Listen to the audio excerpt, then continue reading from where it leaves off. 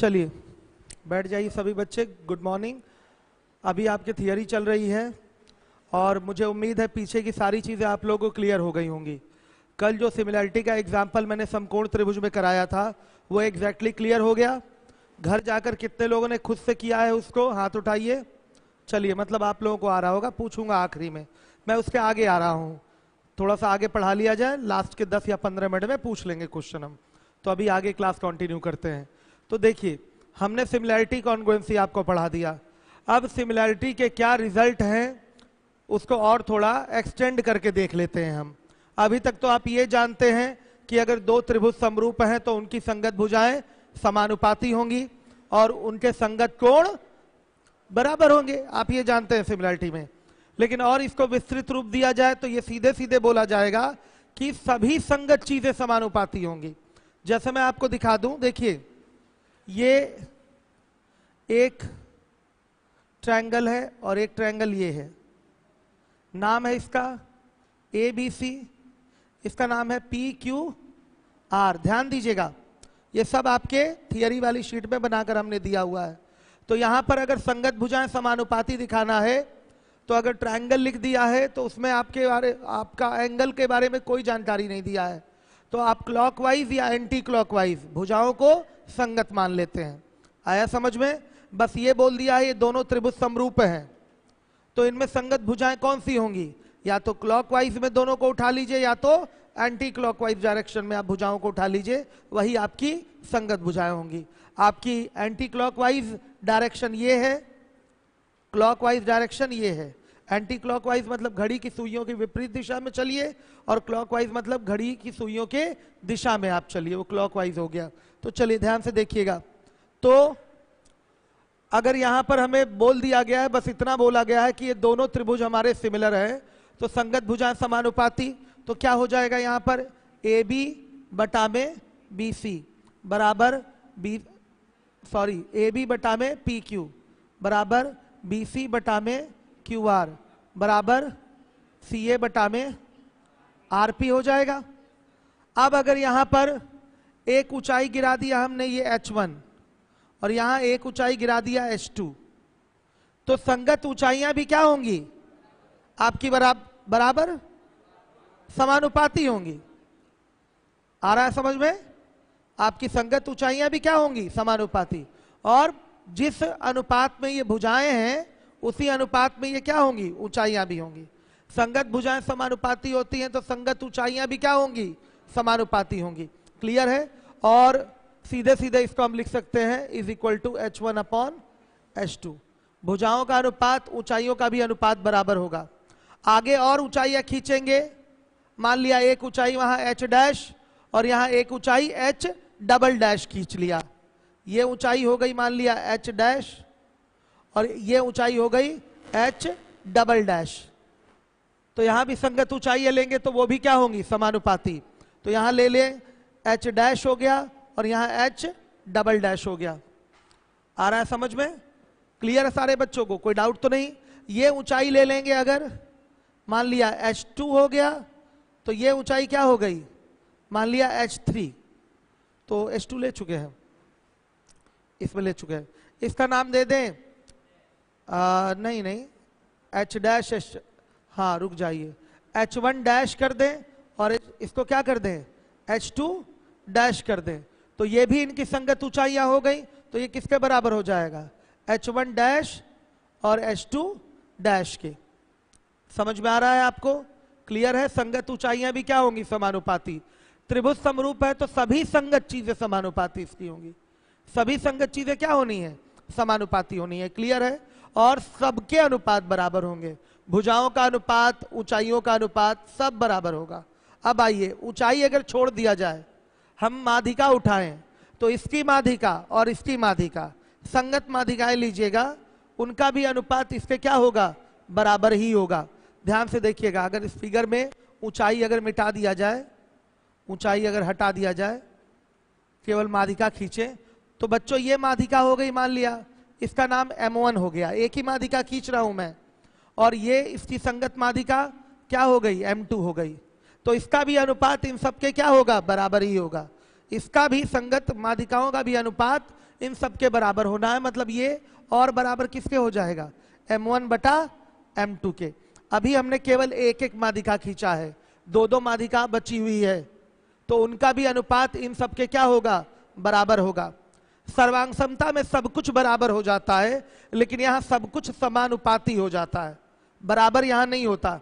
यहाँ केवल कोण बराबर होता है समरूपता में, बाकी भुजाएं हैं, माध्यिकाएं हैं, ऊंचाइयां हैं। इन ऊंचाइयों को एक नाम और दिया जाता है, क्या बोलते हैं इसको, कोई बताएगा, शीर्ष लंब, एल्टीट्यूड कहते हैं।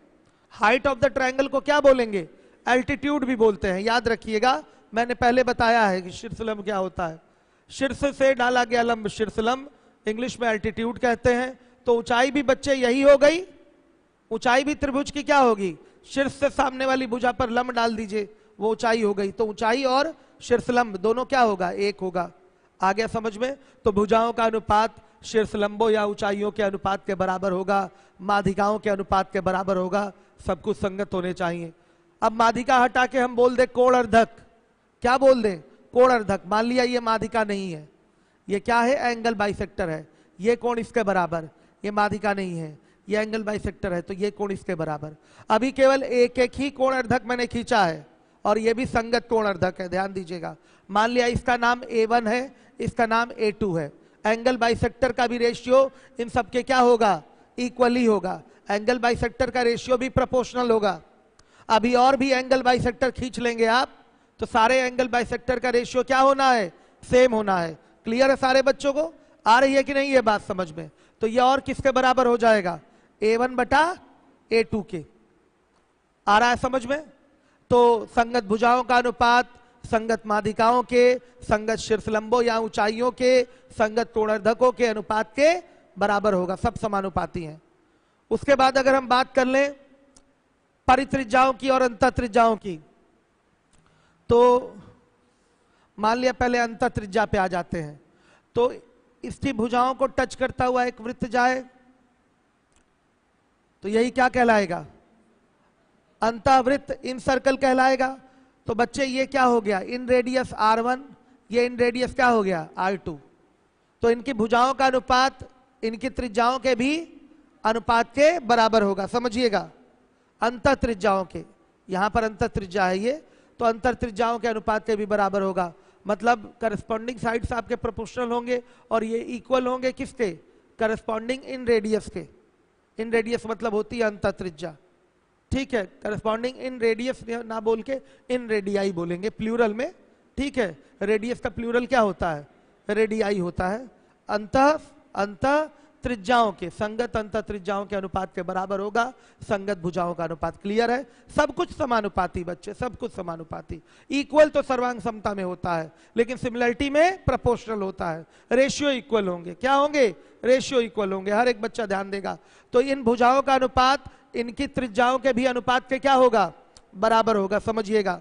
तो अभी तो ये अंतःवृत्त था, तो अंतः त्रिज्याओं के अनुपात के बराबर हो गया। आप यहीं पर परिवृत्त भी खींच सकते हैं, ध्यान से देखिएगा। जैसे इसका आपने ले लिया, चलिए दोनों मिटा देते हैं। ये ABC है, इसका आपने क्या खींच लिया, परिवृत्त, यानी कि सरकम सर्किल इसको इंग्लिश में कहते हैं। ये आपका PQR है, इसका भी आपने क्या खींच लिया, परिवृत्त, सरकम सर्किल खींच लिया। सरकम सर्किल क्या होता है, त्रिभुज के शीर्षों से, तीनों शीर्षों से गुजरता हुआ वृत्त परिवृत्त कहलाता है। यह नहीं कि किसी से ना गुजरे, तीनों से टच करते हुए जाना चाहिए, तीनों से गुजरना चाहिए, ये परिवृत्त है आपका, ठीक है। तो परिवृत्त है तो परित्रिज्या भी होगी। ये कैपिटल R हो गया, ये कैपिटल R हो गया, ये भी कैपिटल R ही है बच्चे, कहीं से भी लीजिए। अगर ये सेंटर है सर्कल का, तो सब त्रिज्याएं हैं, सब की सब क्या है, त्रिज्याएं ही हैं। तो ये R1 हो गया, और ये R2 ले लीजिए, क्या बोल दीजिए इसको, R2। इसकी त्रिज्या R1, इसकी त्रिज्या R2, इसकी त्रिज्या को कहते हैं परित्रिज्या, सरकम रेडियस, ठीक है। तो जो करेस्पॉन्डिंग साइड का रेशियो होगा वो सरकम रेडियाई के भी रेशियो के इक्वल होगा। रेडियस का प्लूरल रेडियाई, ठीक है बच्चे। तो यहां पर ये और किसके बराबर हो गया, R1 बटा R2 के। आगे समझ में, R1 बटा R2 के। अब आइए परिमाप की बात करते हैं। परिमाप आप लोग जानते हैं किसको कहते हैं, कोई भी आकृति है उसकी बाउंड्री की टोटल लेंथ ले लीजिए, उसको परिमाप कहेंगे, पेरीमीटर कहेंगे। जैसे ये त्रिभुज है, इसमें इसकी बाउंड्री क्या हो गई, तीनों भुजाएं ही इसकी बाउंड्री हैं, तो तीनों भुजाओं का योग ले लीजिए, इसका परिमाप आ जाएगा। इंग्लिश में इसको बोलते हैं पेरीमीटर। पेरीमीटर क्या होता है, लेंथ ऑफ द बाउंड्री होता है। आया समझ में, बाउंड्री की लेंथ यानी कि तीनों भुजाओं का योग। तो ये जो संगत भुजाएं आपकी समानुपाती हैं और इन सब का अनुपात ऊंचाइयों के मतलब शीर्षलंबों के, माध्यिकाओं के, कोणर्धकों के, अंतःत्रिज्याओं के, परित्रिज्याओं के अनुपात के बराबर है, तो साथ ही साथ ये परिमापों के भी अनुपात के क्या होता है, बराबर होता है। परिमापों के भी अनुपात के बराबर होता है।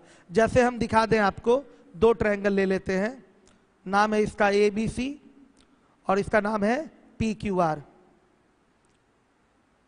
मान लिया इसकी भुजा 4 है, ये 5 और ये हो गई 6, ये 8 हो गई, ये आपकी 10 और ये हो गई 12।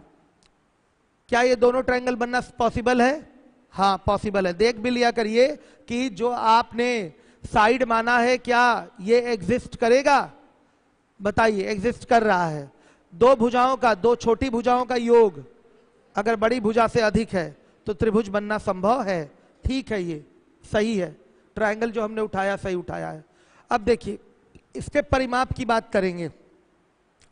P1, तो P1 कितना आएगा, 5 4 9 6 15।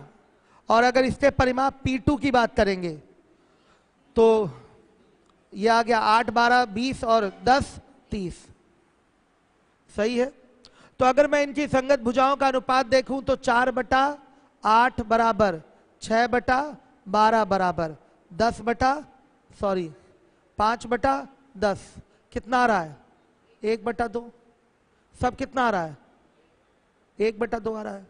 भुजाओं का, संगत भुजाओं का अनुपात 1/2। इतना बटा इतना बराबर इतना बटा इतना बराबर इतना बटा इतना, सब 1/2 आ रहा है। संगत भुजाओं का रेशियो क्या है, सेम आया। तो ये परिमापों के भी रेशियो के बराबर होगा। तो परिमाप इसका क्या है 15, इसका परिमाप क्या है 30, पक्का इसका भी रेशियो क्या आएगा 1/2 आ रहा है। क्लियर हो गया। तो सब कुछ एकदम क्लियर हो गया। यहाँ पर भुजाओं का अनुपात ही केवल समानुपाती नहीं होगा, मतलब भुजाएं ही समानुपाती नहीं होंगी, भुजाओं का ही अनुपात केवल बराबर नहीं होगा, इनके साथ ऊंचाइयों का, माध्यिकाओं का, कोणर्धकों का, परित्रिज्याओं का, अंतःत्रिज्याओं का, परिमापों का भी अनुपात क्या होगा, बराबर होगा। क्लियर है सारे बच्चों को, ये एकदम क्लियर हो गया। इसमें किसी को डाउट? हमने एक एग्जाम्पल भी दे दिया। देखिए ये दोनों ट्रायंगल आपके मैंने सिमिलर बोला है, तो इनकी संगत भुजाओं का अनुपात बराबर होगा, साथ ही साथ वो अनुपात इनके परिमापों के अनुपात के भी बराबर होगा। एक उदाहरण द्वारा मैंने दिखा भी दिया आपको ये चीज। बताइए बच्चों, लीवोलन वाले आप लोग बताइए, सब सही है? अनिल कमेंट आ रहा है, जरा कमेंट हमें पढ़वाइए तो। क्लियर है सारे बच्चों को? अब आइए एक चीज और आती है, क्षेत्रफल। अब हम बात किस पे करेंगे, क्षेत्रफल पे। चलिए ध्यान से देखिए, तो जो क्षेत्रफलों का अनुपात होगा इनकी संगत भुजाओं के अनुपात के वर्ग के बराबर होगा। आया समझ में? जो दोनों त्रिभुज अगर क्या है, सिमिलर है, समरूप है, तो इनके क्षेत्रफलों का जो अनुपात होगा वो इनकी संगत भुजाओं के अनुपात के वर्गों के बराबर होगा। आ गया समझ में? तो चलिए, सबको क्लियर हो रहा है, बढ़िया है।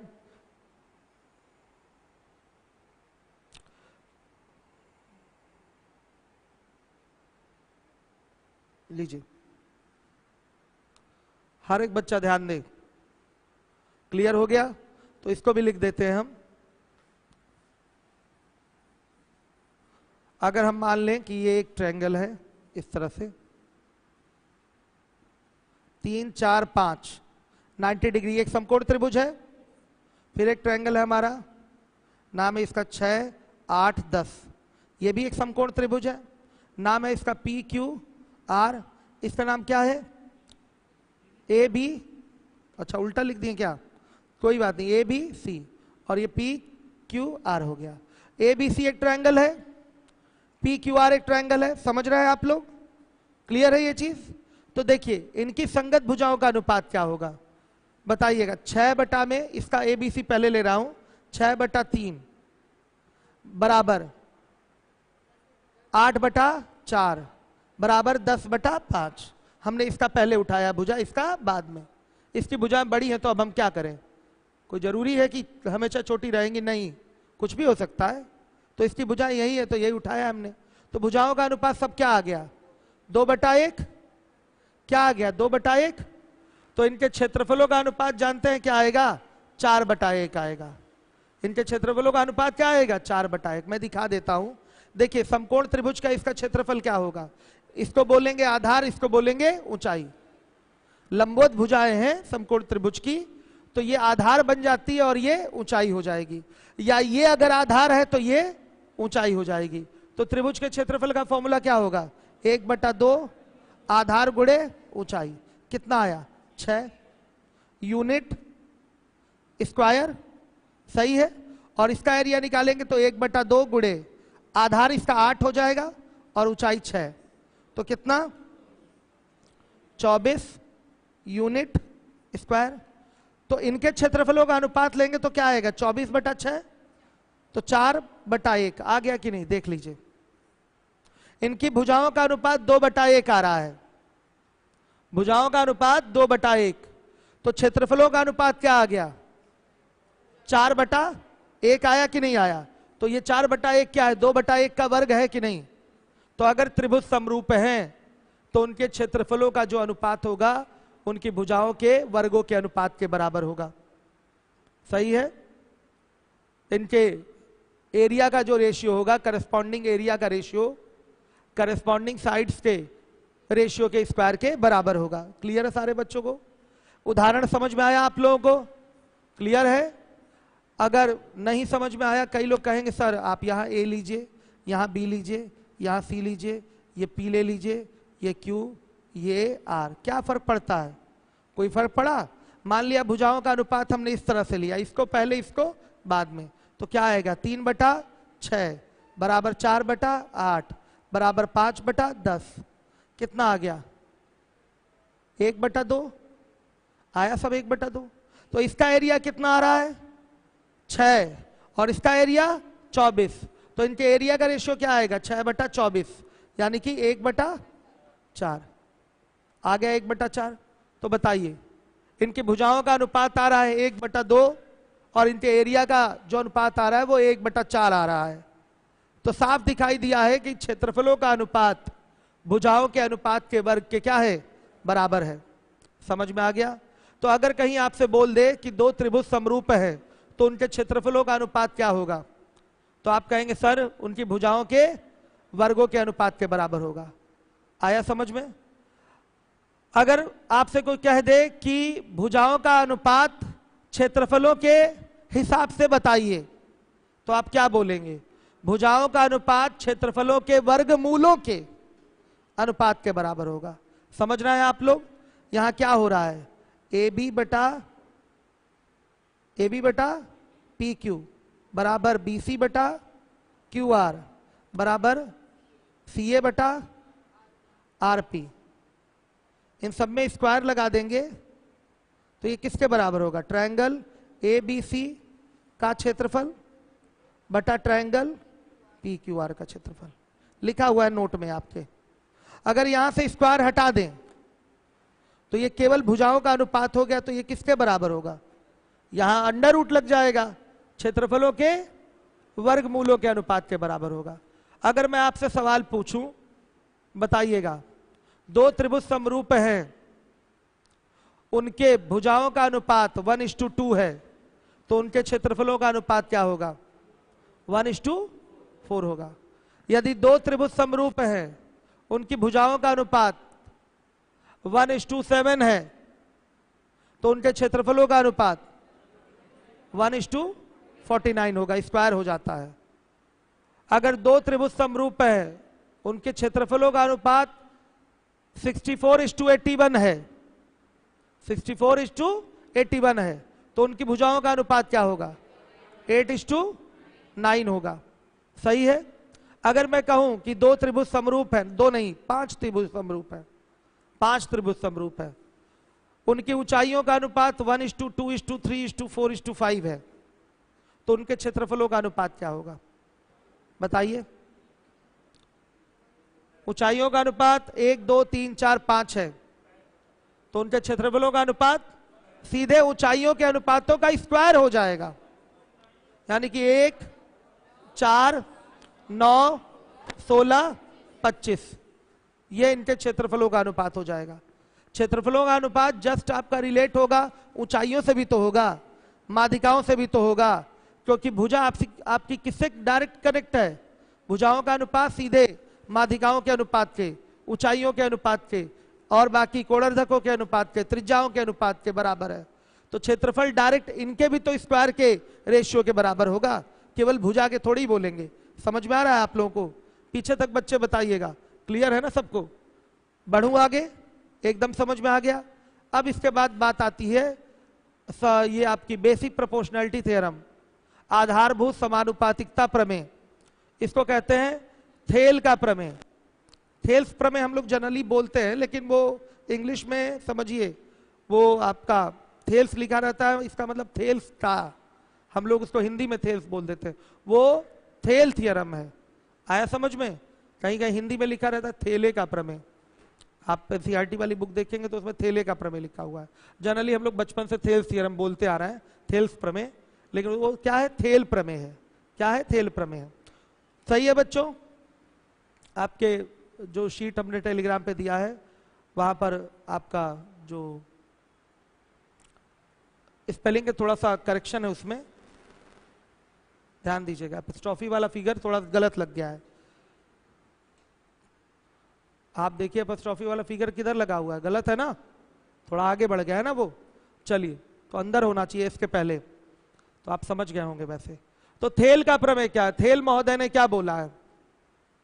बोला यह है कि अगर कोई त्रिभुज है, उसमें किसी भुजा के समांतर, किसी भी भुजा के समांतर कोई अगर रेखा खींचा है आपने, तो वो रेखा अन्य दो भुजाओं को समान अनुपात में विभाजित करती है। हिंदी नाम ही है इसका, आधारभूत समानुपातिकता प्रमेय। आया समझ में? इसका मैं फिगर दिखा रहा हूं आपको, बड़े सिंपल वे में आपको दिमाग में सेट होगा। थेल ने क्या बोला है? थेल्स थ्योरम का स्टेटमेंट क्या है? एक ट्रायंगल है, उसमें आपने किसी भी साइड के पैरेलल एक लाइन ड्रॉ कर रखा है, ये इस साइड के पैरेलल ये आपने लाइन ड्रॉ कर रखा है। ट्रायंगल का नाम ABC है, और ये जो पैरेलल लाइन है मान लिया हो गई DE। तो DE क्या करेगी? क्या करेगी DE बताइए? इन दो भुजाओं को समान अनुपात में विभाजित करेगी। समान अनुपात में बांटने का मतलब ये 1, 2, तो ये भी 1, 2 होगा। समानुपात का मतलब ये हुआ, मतलब AD बटा BD बराबर AE बटा EC। हर एक बच्चा देखेगा, यही है थेल्स थ्योरम स्टेटमेंट। आ गया समझ में? क्या है? अगर किसी ट्रायंगल में आपने किसी साइड के पैरेलल कोई साइड ड्रॉ कर रखी है, मतलब कोई लाइन ड्रॉ कर रखी है, तो वो लाइन बाकी की दोनों साइड्स को क्या करेगा? इक्वल रेशियो में, सेम रेशियो में डिवाइड करेगा। थेल्स का स्टेटमेंट यही है। किसी त्रिभुज में किसी भुजा के समांतर खींची गई रेखा अन्य शेष दो भुजाओं को समान अनुपात में विभाजित करती है। क्या है इसका स्टेटमेंट? AD बटा DB बराबर AE बटा EC। AD बटा BD या DB कुछ भी बोलिए, AD बटा DB लिख देते हैं, DB बराबर AE बटा EC। क्लियर हो गया? अब कुछ रिजल्ट इससे और निकल के आते हैं। जैसे आपने बोल दिया इतना बटा इतना बराबर इतना बटा इतना, अगर बेटा ये बोल दिया जाए पूरा AB बटा DB बराबर ये पूरा AC बटा EC बोल दिया जाए, तो भी कोई फर्क नहीं पड़ने वाला, क्योंकि ये बटा ये बराबर ये बटा ये है। तो अगर मैं बोल दूं ये इतना पूरा बटा इतना बराबर ये पूरा बटा इतना, तो भी कोई फर्क नहीं पड़ने वाला है। ये आपका अदर रिजल्ट है, ध्यान दीजिएगा। या ध्यान दीजिएगा, और भी फिगर बन सकता है। कैसे? हम बोल सकते हैं इसको AD बटा में पूरा AB बराबर AE बटा में पूरा AC, मतलब इतना बटा में ये पूरा बराबर इतना बटा में ये पूरा। ये चीज तो हम पहले भी सिमिलैरिटी से दिखा चुके थे, दिखाए थे ना, ये रेशियो आपका होता ही ऐसे बराबर इतना बटा में ये पूरा बराबर इतना बटा में ये पूरा। क्लियर है? आ गया बच्चों समझ में? तो देखिए ये चीज सिमिलैरिटी से नहीं आया है, इसके बाद में रिजल्ट आपका समानुपाती दिखने लगेगा, वो अलग चीज है। ठीक है, यहां पर ये थेल्स के स्टेटमेंट से है कि अगर कोई ट्रायंगल है, ट्रायंगल में आपने किसी साइड के पैरेलल कोई लाइन ड्रॉ कर रखा है, तो वो लाइन बाकी बची दो साइड्स को, अन्य दो भुजाओं को समान अनुपात में विभाजित करेगी। AD बटा DB बराबर AE बटा EC हो गया। क्लियर है सारे बच्चों को? अब देखिएगा, इसके बाद अगर हम इस तरीके से दो या दो से अधिक पैरेलल लाइन खींचे हुए हैं, एक ट्रांसवर्सल ये है, एक ट्रांसवर्सल ये है, ये दो तिर्यक रेखाएं हैं, कोई प्रॉब्लम है क्या? सर को लगता है यहां पर सब बहरे हैं। नहीं, चलिए, नहीं यूट्यूब के कमेंट नहीं देखता मैं, बहुत जल्दी डाटा खत्म हो जाता है आप ऐप पर भाई, इसलिए यहाँ पर। अच्छा, सर को लगता ठीक, सत्यम अग्रहरी का सुन लिया मैंने।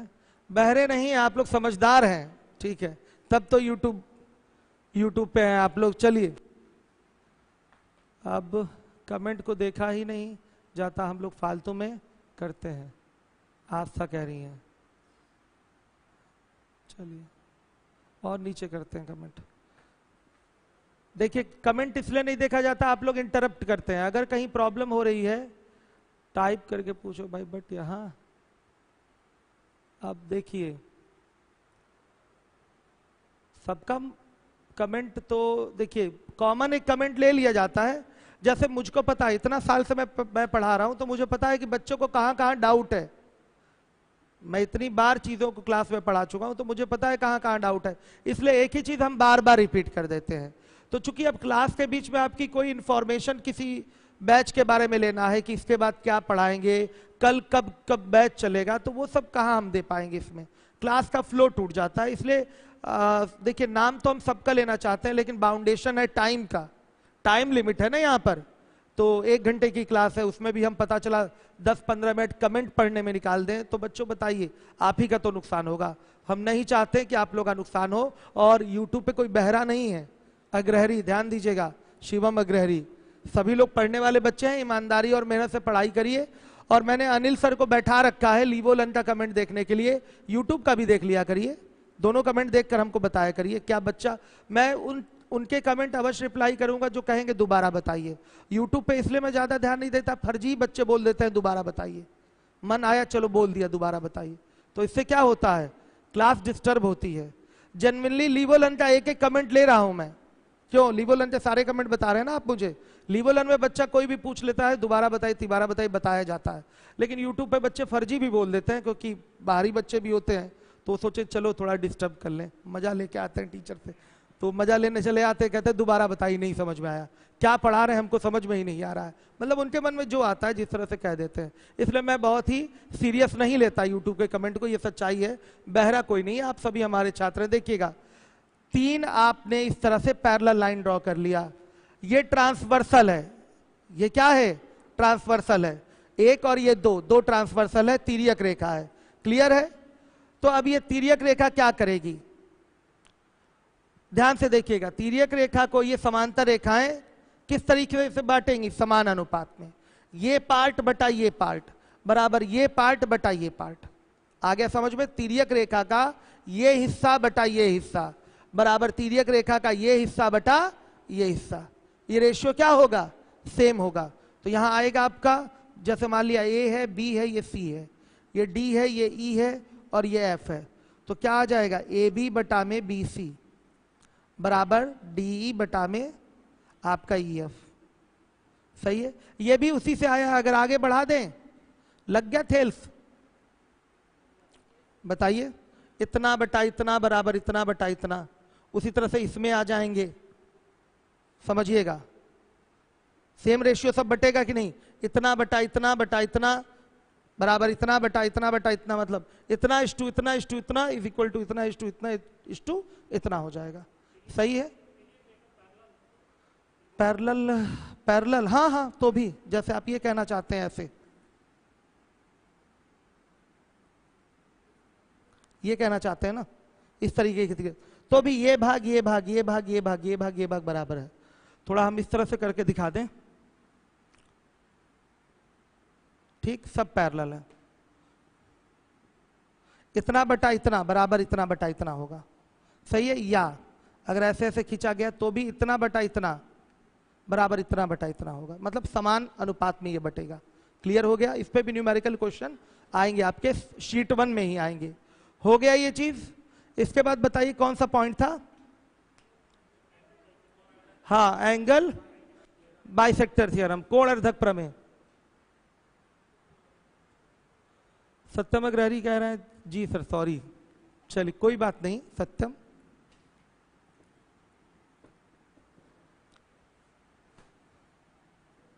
ध्यान से देखिए, एंगल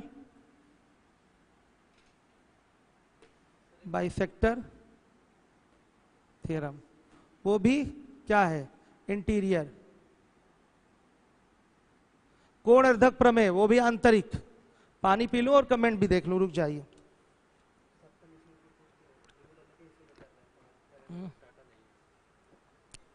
कोई भी त्रिभुज हो, हाँ कोई भी त्रिभुज हो, हाँ साइड के लिए सत्यम हमेशा रेशियो इक्वल रहेगा। अगर लाइंस पैरेलल है तो, लाइंस अगर पैरेलल है तो इक्वल रेशियो में साइड्स को बांटेंगी। जैसे आप इस त्रिभुज की बात कर लें,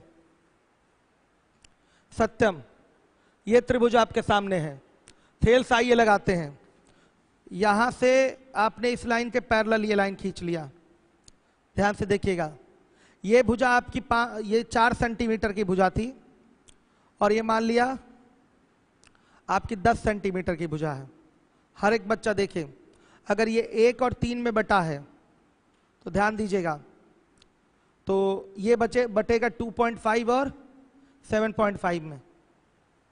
अगर ये इस पैरेलल लाइन ने इसको 1:3 के रेशियो में बांटा है तो ये 2.5 और 7.5 के रेशियो में बटेगा।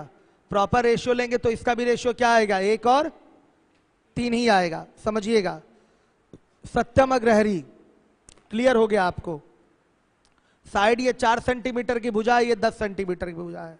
अगर ये लाइन इस लाइन के पैरेलल आपने खींच रखा है, ध्यान से देखिएगा, तो इसने इसको अगर 1 और 3 में बांटा है तो इसको भी सेम इसी रेशियो में बांटेगी, मतलब 2.5 और 7.5।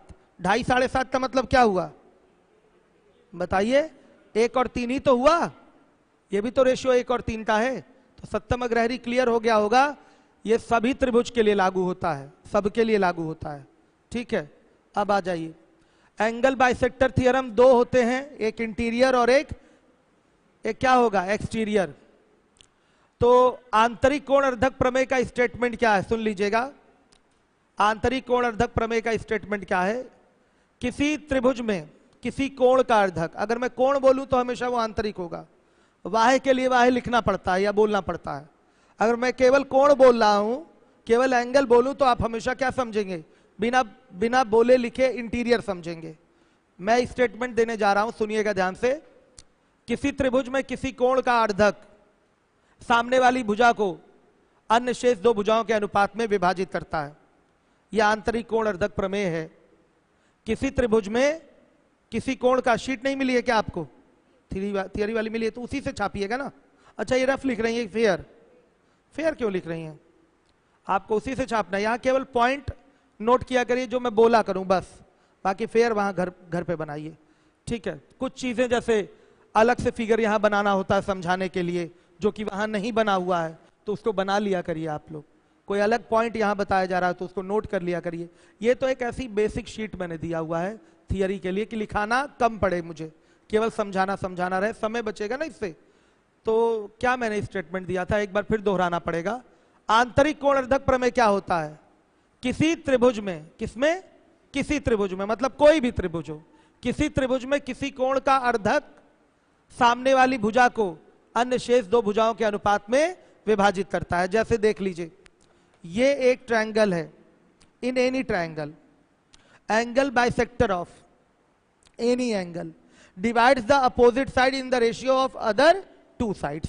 आ गया समझ में? किसी त्रिभुज में किसी कोण का अर्धक, मान लिया ये ए है, ये बी है, ये सी है, कोण का अर्धक ये हो गया एडी, कोण का अर्धक क्या हो गया? ये एडी। हर एक बच्चा ध्यान देगा। तो एडी क्या करेगा? सामने वाली भुजा को, अपोजिट साइड को किस रेशियो में बांटेगा? इन दो भुजाओं के रेशियो में बांटेगा। मतलब ये बटा कैसे? बीडी बटा डीसी। भाई बीसी तो हमारा ऐसे ही बटेगा, बीडी बटा क्या होगा? डीसी। और ये बराबर किसके होगा? ये बराबर होगा ए बी बटा ए सी के। ध्यान दीजिएगा, बीडी से जुड़ा ए बी है तो ए बी पहले लेंगे। बहुत इंपॉर्टेंट थियरम है, 60-70 बार सवाल इस पे पूछा जा चुका है आपके एग्जाम में, हमेशा पूछा जाएगा। ज्योमेट्री से निकाल के थ्योरम फेंक थोड़ी देंगे, तो बार बार इसी पे आएगा क्वेश्चन, अक्सर आएगा। तो किसी त्रिभुज में किसी कोण का अर्धक सामने वाली भुजा को अन्य शेष दो भुजाओं के अनुपात में विभाजित करता है। तो सामने वाली भुजा बीडी डीसी में बटी है कि नहीं बटी है? कैसे बटी है? बीडी डीसी में बटी है, तो बीडी बटा में डीसी बराबर ए बी बटा में ए सी हो जाएगा। क्लियर है? बीडी बटा में डीसी बराबर ए बी बटा में ए सी हो गया। आ गया समझ में? अगर ये फिगर ऐसे होता, मान लिया ये P है, ये Q है, ये R है, तो Q का अर्धक मान लिया QS हो गया, ये इसका अर्धक है, एंगल बाइसेक्टर है। तो ये किसको बांट रहा है? RP को बांट रहा है। तो RP को किस अनुपात में बांट रहा है? RS बटा SP में बांट रहा है। और ये अनुपात किसके बराबर होगा? अन्य दो भुजाओं के अनुपात के बराबर होगा। तो अन्य दो भुजाएं क्या है? RS से जुड़ा लेंगे QR पहले ऊपर, और बगल में, सॉरी बगल में नहीं, नीचे QP, ये होगा। आ गया समझ में? किसी भी कोण का अर्धक सामने वाली भुजा को अन्य शेष दो भुजाओं के अनुपात में विभाजित करेगा। क्लियर है? आ रहा है समझ में? इंग्लिश मीडियम वाले भी होंगे इसमें कुछ। कौन कौन है इंग्लिश मीडियम वाले? आप लोग समझ जा रहे हैं ना सारी चीजें? चलिए अब इसके बाद आ जाइए,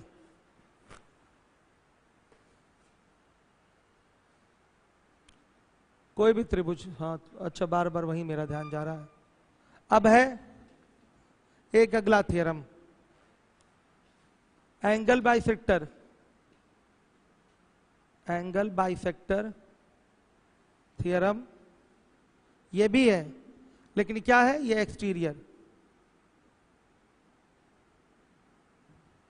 एक्सटीरियर एंगल बाइसेक्टर थ्योरम है। ध्यान से देखिए, मैंने यहां लिख दिया, लास्ट में एक्सटीरियर लिखा है। एंगल बाइसेक्टर थ्योरम है बच्चों, ये कैसा है? एक्सटीरियर एंगल बाइसेक्टर थ्योरम है। बाह्य कोण अर्धक प्रमेय है। कौन सा कोण अर्धक प्रमेय? बाह्य कोण अर्धक प्रमेय। देखिएगा क्या होगा इसमें। इसका भी स्टेटमेंट सेम वही है। किसी त्रिभुज में किसी बाह्य कोण का अर्धक, मान लिया ये बाह्य कोण ए ले लिया हमने, इसका अर्धक सामने वाली भुजा को आगे बढ़ाकर, सामने वाली भुजा को आगे बढ़ाकर अन्य शेष दो भुजाओं के अनुपात में विभाजित करेगा। ध्यान दीजिएगा, आगे बढ़ाना पड़ेगा, हर एक बच्चा देखेगा। देखिएगा, किसी त्रिभुज में किसी बाह्य कोण का अर्धक, ये बाह्य कोण ए लिया है मैंने, बाह्य कोण का अर्धक, ये बाह्य कोण अर्धक प्रमेय है। ध्यान दीजिएगा, ये एंगल बाइसेक्टर थ्योरम है, लेकिन एक्सटीरियर एंगल बाइसेक्टर थ्योरम है। बाह्य कोण अर्धक प्रमेय है, वो इंटीरियर था, ये एक्सटीरियर है। देखिए, किसी त्रिभुज में बाह्य कोण का अर्धक, किसी भी बाह्य कोण का, हमने ए का लिया है बाह्य कोण। बाह्य कोण कैसे बनता है? इसको आगे रेखा बढ़ा दीजिए, बाह्य कोण हो गया, बाह्य कोण ए कहलाएगा। इसका बाइसेक्टर ड्रॉ करिए, तो इसका अर्धक रेखा आपने खींचा, तो अंदर तो काटेगा नहीं किसी बीसी को, तो क्या करता है? बाह्य विभाजन करता है। कैसा विभाजन? बाह्य विभाजन। एक्सटर्नल डिवीजन कैसे होता है? बीसी को आगे प्रोड्यूस करिए, बीसी को आगे बढ़ाइए, और यहां कहीं जाकर ये काटेगा, तो यहां पर विभाजन हुआ है डी पर। किसका हुआ है विभाजन? बीसी का ही विभाजन हुआ है। बीसी को आगे बढ़ाने पर इससे ये कटा कि नहीं कटा? ध्यान दीजिए, किससे कटा? डी पर ये कटा, तो ये बीसी का ही विभाजन है, लेकिन ये बीसी का बाह्य विभाजन है। आ गया समझ में? तो स्टेटमेंट वही है। किसी त्रिभुज में किसी बाह्य कोण का अर्धक सामने वाली भुजा को आगे बढ़ाकर अन्य शेष दो भुजाओं के अनुपात में बाह्यता विभाजित करता है, एक्सटर्नली डिवाइड कर रहा है। देख लीजिए बाहर बढ़ाकर ही बांट रहा है, तो इसी को कहते हैं बाह्य विभाजन। अगर BC बेटा अंदर कट रहा है D पे, तो इसको कहते हैं आंतरिक विभाजन। लेकिन D पॉइंट अगर कहीं यहां बाहर है तो यह विभाजन क्या है? बाह्य विभाजन है। जैसे इसमें विभाजन हो रहा है, किसका हो रहा है? विभाजन तो BC का ही हो रहा है, लेकिन क्या हो रहा है? आगे बढ़ाकर हो रहा है, तो यह विभाजन क्या है? बाह्य विभाजन है, एक्सटर्नल डिवीजन ऑफ BC है, एक्सटर्नल डिवीजन ऑफ BC है। ध्यान दीजिएगा सभी बच्चे। तो वही बात हो गई आपकी, सेम बात जो इंटरनल में थी वो इंटरनल एंगल बाइसेक्टर के लिए भी होगी, एक्सटर्नल इंटरनल के लिए सेम होगी। तो सुनिए रेशियो क्या देंगे यहां पर? BC का जो विभाजन का अनुपात है वो क्या है? BC के विभाजन का अनुपात कौन बताएगा? कौन बताएगा? BC किस अनुपात में बट रहा है? आपने क्या बोला? विभाजन का अनुपात BD अपॉन BC। और कोई बच्चा? CD। गुड, एकदम अब सही है। सुनिए BC का विभाजन D पे हो रहा है, तो अनुपात विभाजन का कैसे लिया जाता है? B से इस विभाजन बिंदु तक जाएंगे, B से पूरा इस डिवीजन वाले पॉइंट तक जाएंगे, तो क्या होगा? BD अपॉन में, फिर C से कहां तक जाएंगे? D तक जाएंगे, तो क्या होगा? CD। ये BC का विभाजन है, Y बिंदु पे विभाजन हो रहा है, तो विभाजन का जो अनुपात होगा वो होगा BD बटा में CD। मैक्सिमम बच्चे सोच के बैठे थे कि BC बटा CD। कितने लोग ये बात सोच के बैठे थे? हाथ उठाइए। गलत बात है, ये गलत बात है। आपको ये पता होना चाहिए, नहीं पता है तो आज से जान लीजिए कि जहां पर विभाजन हुआ है वहां तक तो जाएंगे ना। विभाजन कहां पर हुआ है? D पे, तो D तक तो हमको जाना ही है, और इन दोनों पॉइंट से होकर जाएंगे, B से भी जाएंगे और C से भी जाएंगे। तो आज से सीख लीजिए, आपको जरूरत हर जगह इसकी पड़ेगी, कोऑर्डिनेट ज्योमेट्री में भी पड़ेगी, यहां भी पड़ रही है। ध्यान से देखिए, ये बाह्य विभाजन है। अगर देखिए कोई रेखा BC है, कोई बिंदु D इसको अंदर से काट दे रहा है, तो यहां विभाजन क्या होगा? BD बटा DC होगा।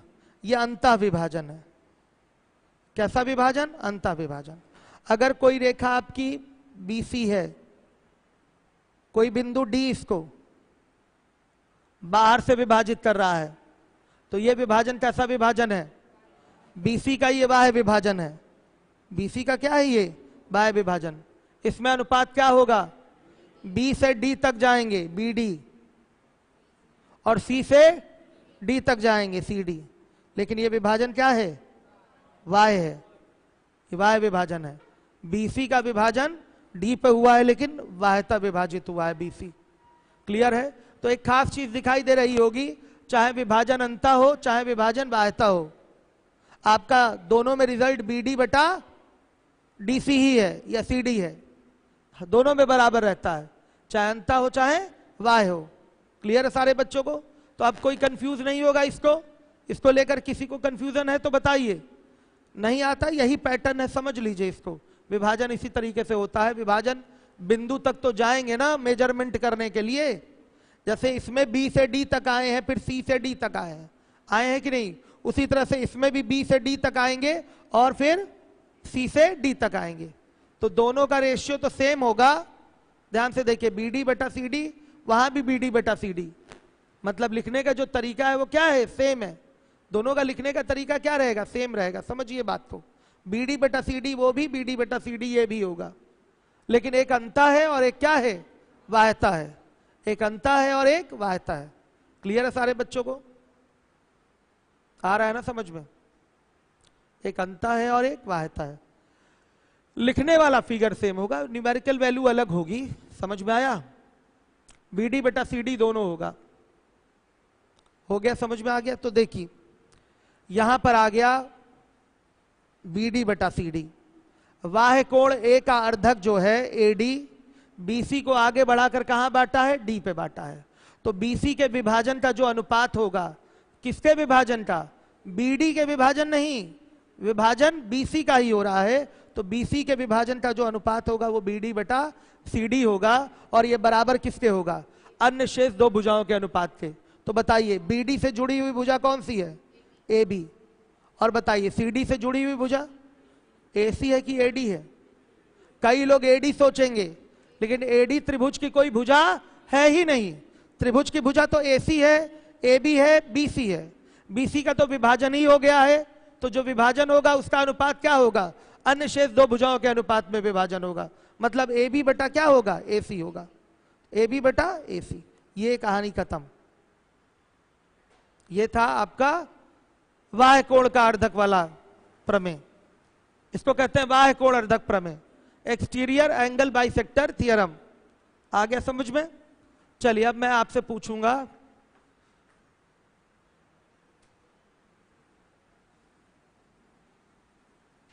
हर एक बच्चा ध्यान दे।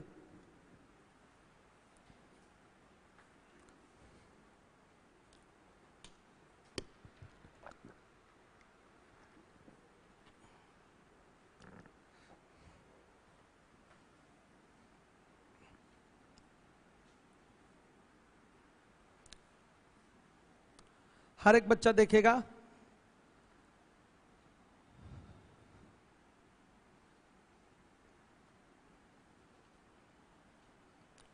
सभी लोग देखें, यहां क्या हो रहा है? पी क्यू आर, ये एक आपका ट्रायंगल है।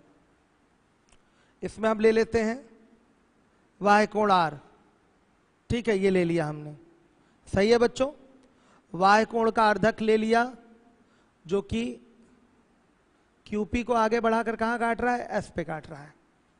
क्यूपी को आगे बढ़ाकर कहां काटा है? एस पे, एस पे काटा। ये इसके बराबर हो गया। अब यहां बताइएगा, बाह्य कोण अर्धक प्रमेय लगाकर रिजल्ट बताइए हमको। बाह्य कोण अर्धक प्रमेय लगाकर रिजल्ट बताइए आप लोग। सब लोग सोच लीजिए, सब लोग सोच लीजिए।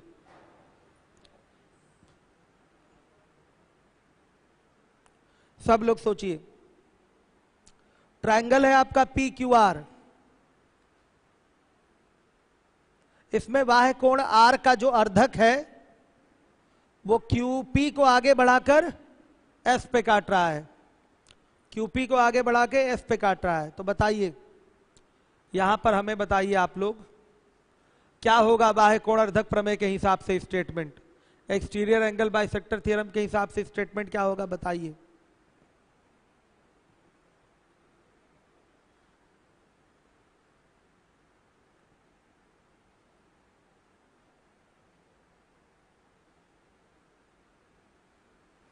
बड़ा इंपॉर्टेंट है आना आप लोगों को। मैं पूछूंगा, आप खड़े हो जाइए टोपी वाले बालक, आप बोलेंगे और मैं लिखूंगा।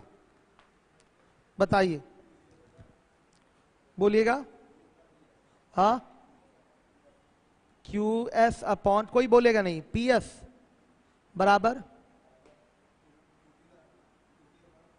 Q P upon R P. अभी कोई नहीं बोलेगा, कोई नहीं बोलेगा। चलिए आप बताइएगा, क्या इनका स्टेटमेंट जो इन्होंने भी दिया है सही है? आप बताइए। इन्होंने एक्सटीरियर एंगल बाइसेक्टर थ्योरम यहां लगाया है, क्या ये सही है? आप क्या कह रही हैं? आप अपना स्टेटमेंट बोल दीजिए। Q S upon P S बराबर क्यू आर, आप बैठ जाइए, Q R upon P R. P R, R P और पी आर में क्या अंतर है? दोनों तो सेम है। हाँ तो सेम है, सही है, मतलब आप इनके स्टेटमेंट को सही बोल रही हैं। चलिएगा आप खड़े हो जाइएगा। हाँ, दोनों स्टेटमेंट एक ही है, मिटा देते हैं दोनों स्टेट। अंतर था? अच्छा अच्छा अच्छा, क्या था? क्यू एस बटा पी एस बराबर क्या बोला था आपने? हाँ, क्यू आर बोला था अपॉन पी आर बोला था। अच्छा ठीक है, ठीक ठीक ठीक। चलिए, चिल्लाते चिल्लाते दिमाग थोड़ा गर्म हो जाता है ना बच्चों, इसलिए उड़ने लगता है। चलिए अब आप बताइए, इन दोनों स्टेटमेंट में आप किसको सपोर्ट करेंगे? कौन सा सही है? दूसरा आप सही बता रहे हैं। चलिए आप बताइए, आप किसको सपोर्ट करेंगे? पहले वाले को आप सपोर्ट करेंगे। चलिएगा आप खड़े हो जाइए। आप पहले वाले को सपोर्ट करेंगे, आप पहले वाले को ही सपोर्ट करेंगे। इसका मतलब पहले वाले को सपोर्ट करने वाले कई लोग हैं, कितने लोग पहले वाले को सपोर्ट नहीं करेंगे? नहीं करने वालों की संख्या बहुत ज्यादा हो गई, और पहले वाले को सपोर्ट करने वालों की संख्या अब कम हो गई। मतलब पहला वाला गलत है, ठीक है, आप लोग भी गलत हैं। तो कौन सही स्टेटमेंट देगा? आप देना चाहते हैं? अच्छा नहीं, आप तो गलत ही सपोर्ट किए थे ना। फिर चलिए आप बता दीजिए, बैठ के बताइएगा। QS upon PS is equal to QR upon PR। ये कौन सा है? हाँ, सेकेंड। मतलब ये सही है, दूसरा वाला एकदम सही है। सब लोग दूसरे वाले पक्ष में जा रहे हैं। हाँ, तो जाना भी चाहिए, क्योंकि साफ साफ देखिएगा यहां पर ये विभाजित हो रहा है QP कहां पर? S पे। तो विभाजन का जो अनुपात है वो हम लेंगे QS बटा में PS। Q से पूरा S तक जाएंगे और फिर उसके बाद P से पूरा S तक जाएंगे। आ गया समझ में? अब देखिए बराबर किसके होगा? QS से जुड़ा है QR या RQ, जो जुड़ा होगा उसको उठाएंगे ना, QR उठाया, और फिर PS से जुड़ा हुआ PR या RP ये उठेगा। ये है बाह्यकोण अर्धक प्रमेय से स्टेटमेंट। आ गया समझ में? ये बाह्यकोण अर्धक प्रमेय से स्टेटमेंट है। हो गया? क्लियर है? अब इसके बाद बात करेंगे हम लोग, दोबारा एक दूसरे फिगर में बात कर लेते हैं। गलत हो गए थे बहुत सारे बच्चे।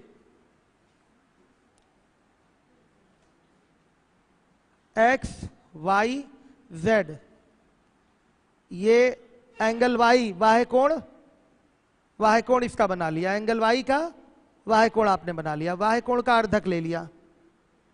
ये Z को बढ़ाकर कहां बांट रहा है? लीजिए, बड़ा गड़बड़ हो गया। कहां पर? W पे। आ गया समझ में? W पे बांट रहा है। ये कोण इसके बराबर। लगा दीजिए जरा बाह्यकोण अर्धक प्रमेय। तो कौन बताएगा? पीछे से हाथ उठाएगा इस बार कोई बच्चा? पीछे वाला बालक, पीला शर्ट, आप ही से पूछूंगा मैं। हाँ, भूलिए नहीं ये सब। तो आज जो मैंने पढ़ा है दिमाग में बैठ गया? विभाजन हो रहा है बाहरी, देख लीजिएगा। XZ बाहर से कट रहा है, W पे कट रहा है। सर इंडिविजुअल मैथ का ऑफलाइन न्यू बैच कब से स्टार्ट होगा? Please reply. क्या बताएं आपको? ऑफिस के नंबर पे कॉल कर लीजिए। अनिश चौरसिया देखिए आंसर कर दिए। लीवोलन वालों की क्या स्थिति है? ठीक है? बुखार तो नहीं आया उन लोगों को? पढ़ रहे हैं ना अच्छे से? ठीक। चलिए कौन हाँ, पीला शर्ट, आ जाइए थोड़े दौड़ के आगे, तो मैं आपसे पूछ लूं। चलिए, ये बताने से पहले एक दूसरा सवाल आपसे मैं पूछूंगा। परिकेंद्र किसको कहते हैं? हाँ, परिकेंद्र। स्मॉल आर नहीं, कैपिटल आर मान लिया। Circum radius, sorry circum centre, circum centre capital R. अरे हम सोचे कि कैपिटल आर स्मॉल आर से आप रिलेट कर रहे हैं परिवृत्त और अंतःवृत्त, लेकिन आप तो उसका स्टेटमेंट बता रहे हैं कैपिटल आर स्मॉल आर। हमें बताइए स्टेटमेंट क्या है? इंग्लिश मीडियम है कि हिंदी मीडियम है? हिंदी मीडियम है। पढ़े नहीं है तो हमने आपको सलाह जो दी थी वो मानेंगे नहीं आप। क्या बोला था मैंने? देखिए शीट मिल चुकी है थियरी वाली, यूट्यूब पे सारे लेक्चर हैं, ज्यादा लेक्चर नहीं है, 7-8 लेक्चर ही आपको अटेंड करने हैं। आज उसको कवर कर लीजिए। कल 11:30 बजे थियरी का रिवीजन बैच चलाया जाएगा। जिनका छूटा है एक बार वो आकर रिवाइज कर लें, थियरी का रिवीजन बैच चलाया जाएगा। तो खैर ये बता ही दीजिए आप, इसको तो बता ही देंगे आज पढ़े तो। हाँ, रुके रहिएगा। WX upon ZW is equal to XY upon YZ। चलिए आप बताइए क्या इनको सपोर्ट कर रहे हैं आप भी पीला टी शर्ट है? हाँ, सपोर्ट कर रहे हैं आप लोग भाई, सब लोग सपोर्ट कर रहे हैं, इसका मतलब आप सपोर्ट नहीं कर रही हैं। नहीं, कोई भी रह सकता है, आप चाहें तो ZW रख लें पहले या XW रख लें, उसी हिसाब से वो साइड। रुक जाइए, मैं लिख देता हूं क्या है, तो कि यहां लिख देते हैं XW अपॉन में ZW। तो XW से जुड़ा हुआ क्या हो गया, XY, और ZW से जुड़ा हुआ Y से। क्यों, सही है, जो जिससे जुड़ा रहेगा उसी को तो उठाएंगे। आप क्या कह रही हैं, ठीक है, सही है, हो गया बच्चों, समझ में आ गया। समय भी आपका समाप्त हो चुका है, तो कल अब हम लोग मिलेंगे कितने बजे, 10 बजे। 10 बजे हम लोग मिलेंगे।